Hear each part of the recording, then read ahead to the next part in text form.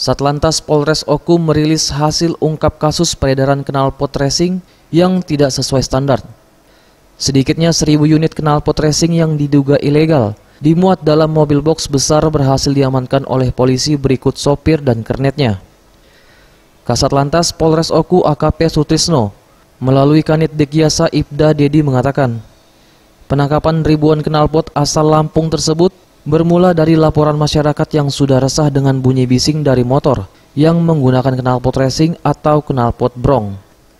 Kemudian pihak Satlantas melakukan penyelidikan terhadap para penjual knalpot motor yang tidak sesuai standar. Hasilnya polisi berhasil mendapat informasi jika akan ada pengiriman knalpot brong skala besar yang dipesan dari salah satu toko alat motor yang ada di Batu Raja. Saat ini polisi terus mendalami kasus ini dengan akan memanggil saksi-saksi termasuk pemilik bengkel. Untuk di Batu Raja atau gimana?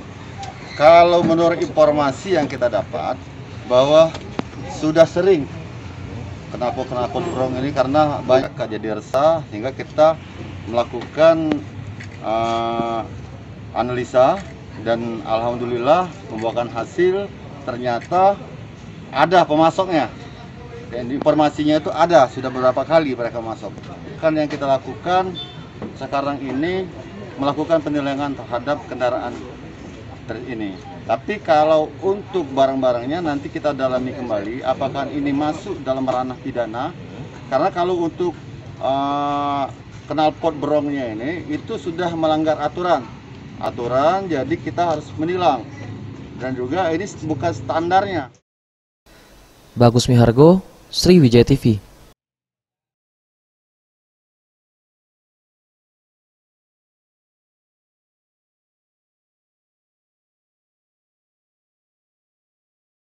Bagus Mihargo, Sriwijaya TV.